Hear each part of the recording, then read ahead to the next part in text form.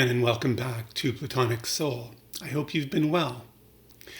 Today I'm going to be talking about a really kind of miraculous, in my view, way that Plato offers us in getting at the good, or if you like, the one, the unity of being, the principle of reality that is also the fountain of life, the great fuel of human desire, and hope.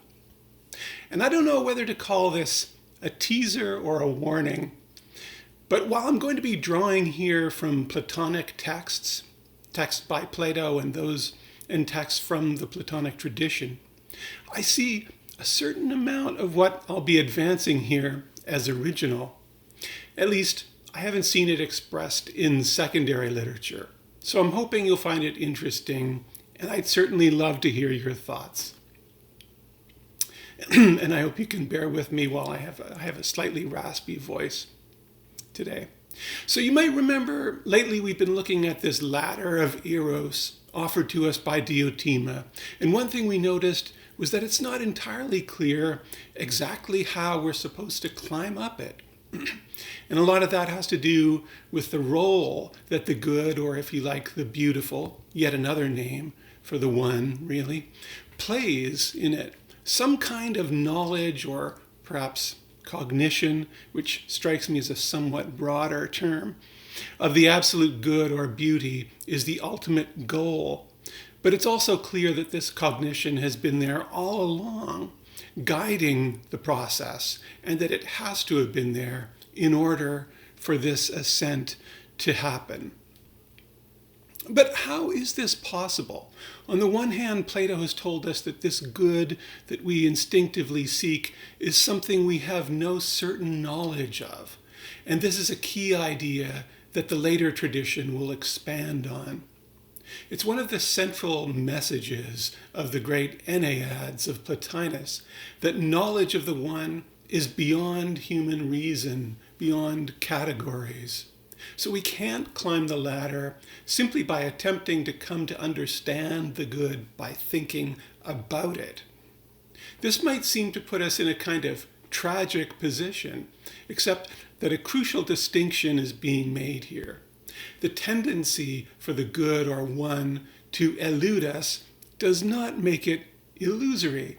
In fact, it seems to be its nature to both hide itself from us and reveal itself to us.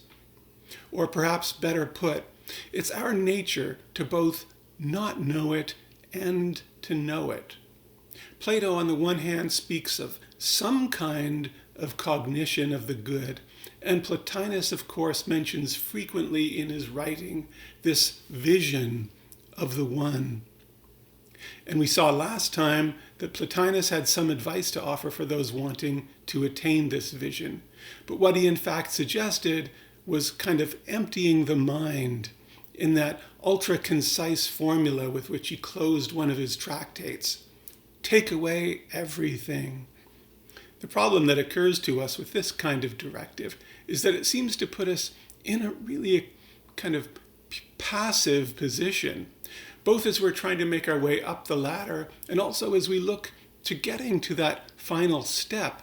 Can we do nothing other than just simply try to switch off thinking and wait for a vision to come to us, as it were, from the outside? Well, I think the Platonic tradition leaves more than that to human agency. It leaves us with an enormously important alternative to simply switching off our thinking and waiting. Actually, to my mind, probably the greatest contribution of this tradition and its source of deep hope is that it leaves open to us another way. The ability to in some way know, or perhaps cognize, to in some way perceive, let's say, the good at any given moment by means of something that is always accessible to us, our emotions, or if you like, feelings. As I mentioned at the end of our last episode, I think this idea is more or less implicit in Plato's dialogues, but becomes more explicit in at least some extremely important manifestations of the Platonic tradition. some later texts by later writers. Our first clue is the way Plato talks about our knowledge of the good. First of all, there's something immediate about it. There's the famous image of the divided line at the end of Book 6 of the Republic, in which he seems to suggest that the good is among those things known in an immediate way to us through this highest faculty of the mind, noesis. And as I've mentioned here, he, Plotinus, and the tradition generally are fond of using language that suggests immediacy in various ways when it comes to our knowledge of the good or one. Most strikingly, of course, sexual language. All kinds of these sexual metaphors that we've mentioned. And for Plato, we're thinking chiefly here, of course, of the Symposium and Phaedrus. There's also this wonderful passage in the Symposium that is the climax of Diotima's description of the psyche's ascent of the ladder, in which she uses verbs of all kinds that suggest more generally an immediacy of subject and object to convey the psyche's knowledge of the absolute beauty. She repeatedly speaks of it as something the psyche sees or takes hold of, for example. And there's also the passage, of course, where she puts our realization of the good in this amazing way. We realize it, or technically we realize the absolute beauty that it is identical with, by reproducing in it, Diotima says. It's almost as though, as I've suggested in previous episodes, our knowledge of it is through our actions, as though our knowledge of it were somehow kinetic, bodily, through our actually living it out. The other thing that this tradition seems to want to convey about our knowledge of the good, or one, is that the means by which we know it is itself not really known to us. It's mysterious, and hence the use of the language of mysteries and prophecy in our description of it, repeatedly again by Diotima in the Symposium, but famously also by Plato in that famous passage that I've alluded to once in this episode, Book 6 of the Republic, where he talks about the good as, quote, that then which every soul pursues and for its sake does all that it does, with an intuition of its reality, but yet baffled and unable to apprehend its nature adequately or to attain to any stable belief about it as about other things. And that phrase, with an intuition of its reality, it translates mantoitheon, divining. That's the work of a seer. So it's like every individual psyche is a seer trying to divine the good.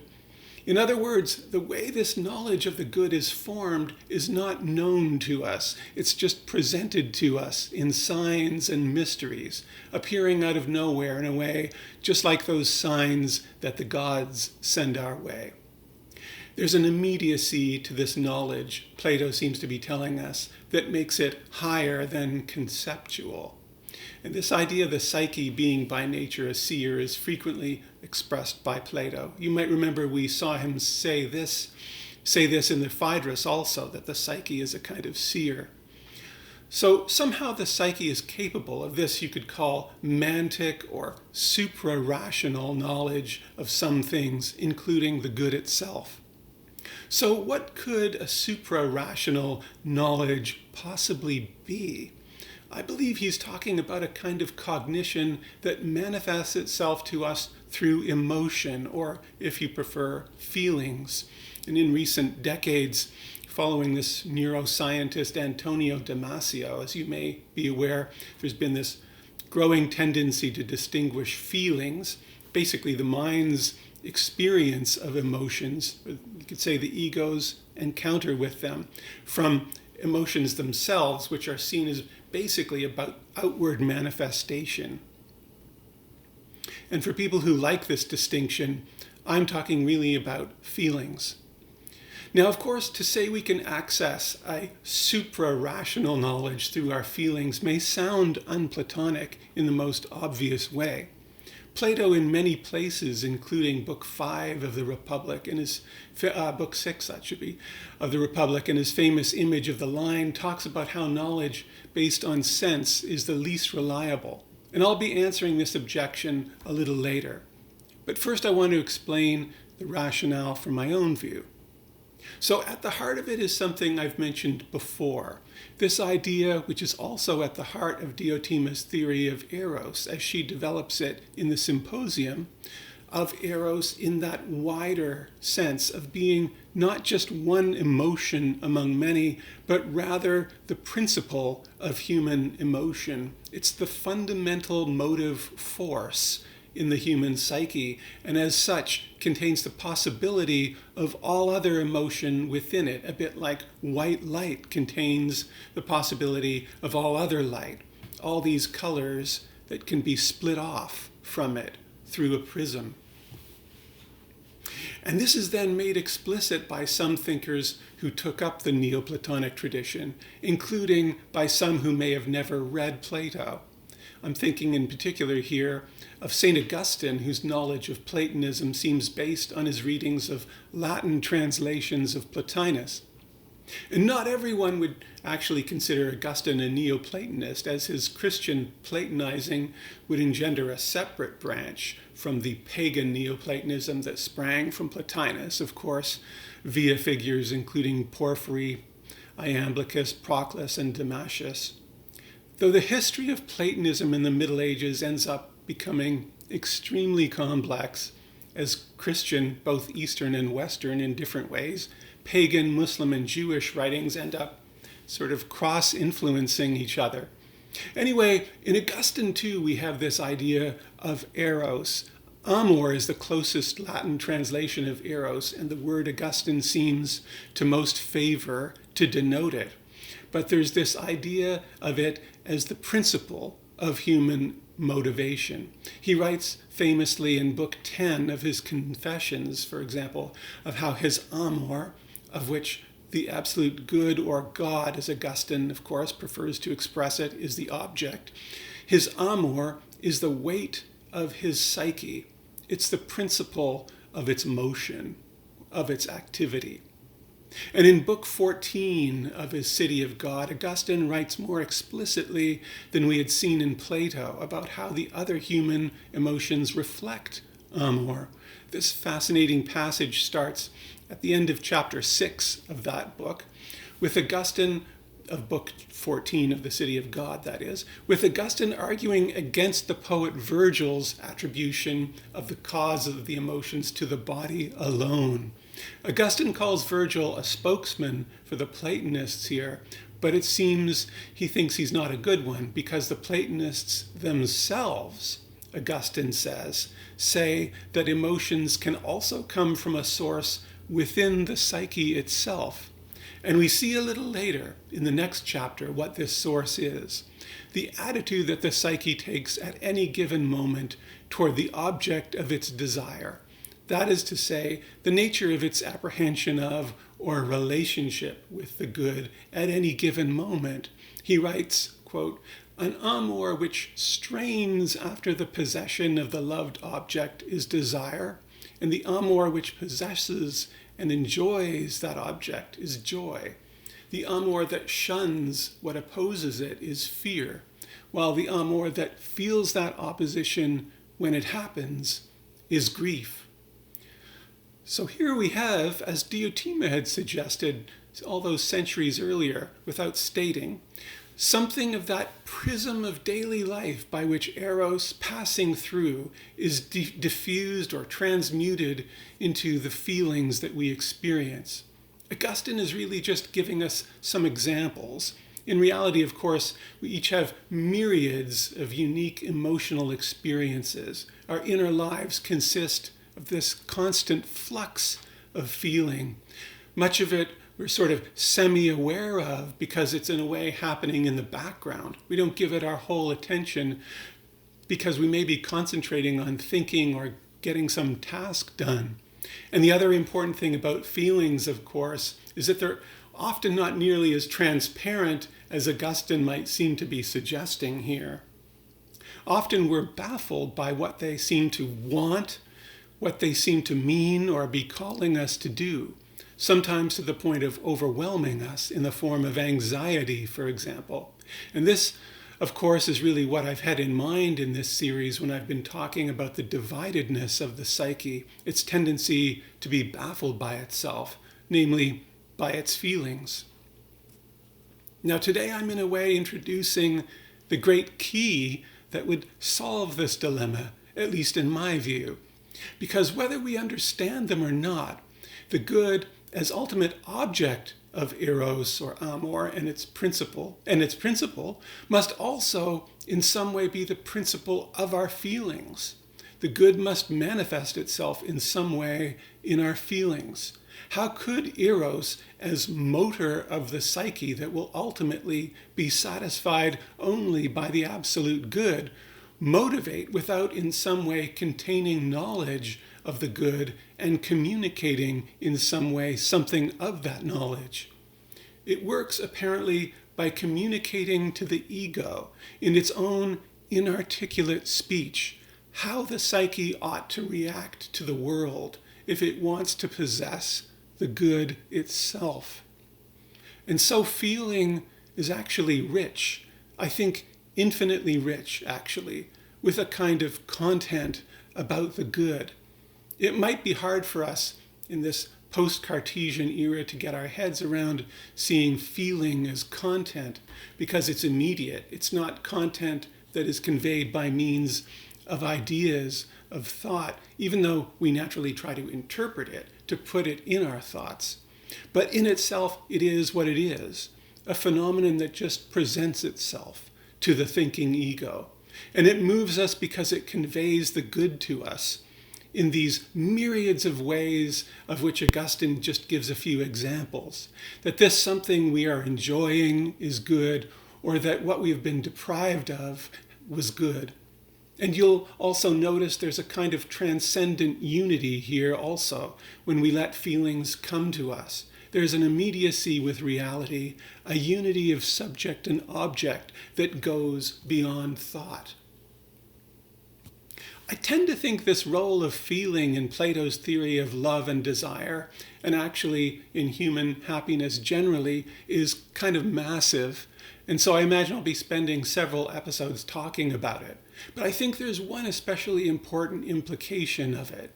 It means the ultimate goal of this philosophy, cognition of the good or one, is actually available to us, at least in some way, at any time, through a radical openness to feeling.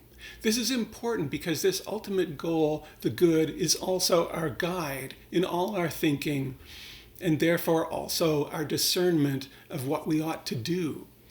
And so, friends, this, in my opinion, is how we actually make our way up Diotima's ladder of eros to better lives, by opening ourselves up in the most radical way to our feelings.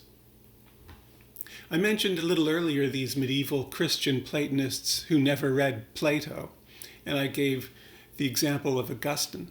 Well, in my opinion, Dante Alighieri, who certainly never read Plato or any Greek Neoplatonist, is one of the great masters of Platonic love theory. We see this in his great Divine Comedy, but actually most strikingly of all in a minor work written in his youth, the Vita Nuova, or New Life. Dante was certainly familiar with the thought of Augustine and with much medieval philosophy. And medieval philosophy was, generally speaking, profoundly Platonic. So he imbibed it indirectly, but nevertheless deeply. And the Vita Nuova is a profoundly psychological book. It basically has only three characters: amore, or love, the lover, Dante, and the beloved, Beatrice. And it's about the interplay of these three.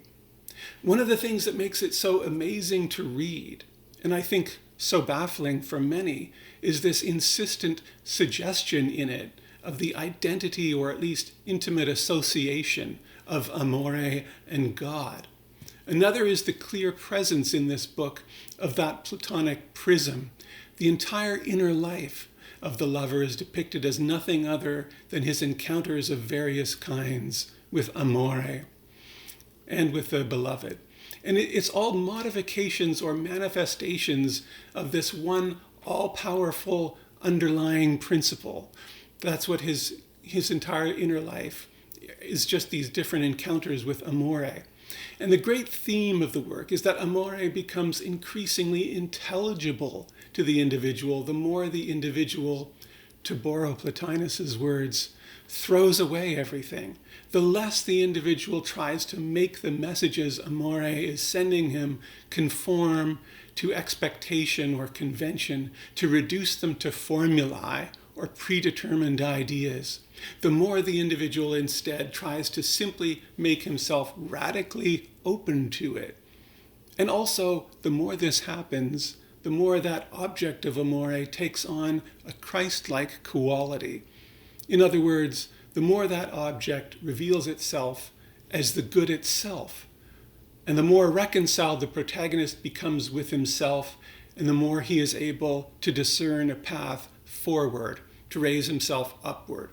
And so the amazing takeaway here, which may seem so unPlatonic, is that feelings are our conduit to the absolute, to the good or one. So yes, as I mentioned, this might sound a bit problematic. So much of the Platonic writings seem to express a kind of hostility to the body, a distrust of conclusions drawn from the sensible, and also, which would seem related to this, a hostility towards subjectivity or subjectivism that the Socrates of Plato seemed to see manifesting itself in particularly damaging ways in sophistry. To suggest that feelings are innately involved in noesis seems to threaten this neat image of the divided line. And even to common sense, it would seem obvious that we can't always trust our feelings. Not to mention, it could be hard to see what something so sublime as the good or one would have to do with such a mundane experience as human emotion. I think there's a way of sorting all these things out, but I won't have time to do that in this episode. But I look forward to starting to tackle it next time. Hope to see you then. And until then, be well, and thanks for watching.